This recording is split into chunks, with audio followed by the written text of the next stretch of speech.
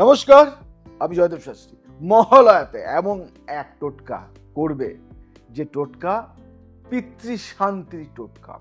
মহালয়ার ভোরে গঙ্গা জল বা পবিত্র জল এক পাত্রে নিন, তাতে একটি অক্ষত লাল চন্দনে রাঙানো চালের দানা ও একটি তুলসী পাতা দিন।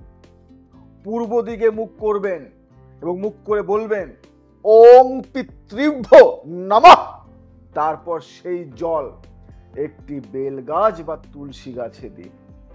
এতে পিতৃপক্ষের অশান্তি দূর হয়, পূর্বপুরুষের আশীর্বাদ মেলে, সংসারে শান্তি আসে। মহালয়াতে এই টোটকা করলে আপনি শান্তির মুখ দেখবেন।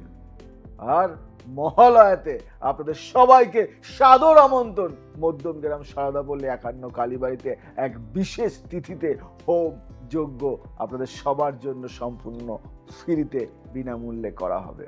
আজই নাম নথিভুক্ত করান। নমস্কার।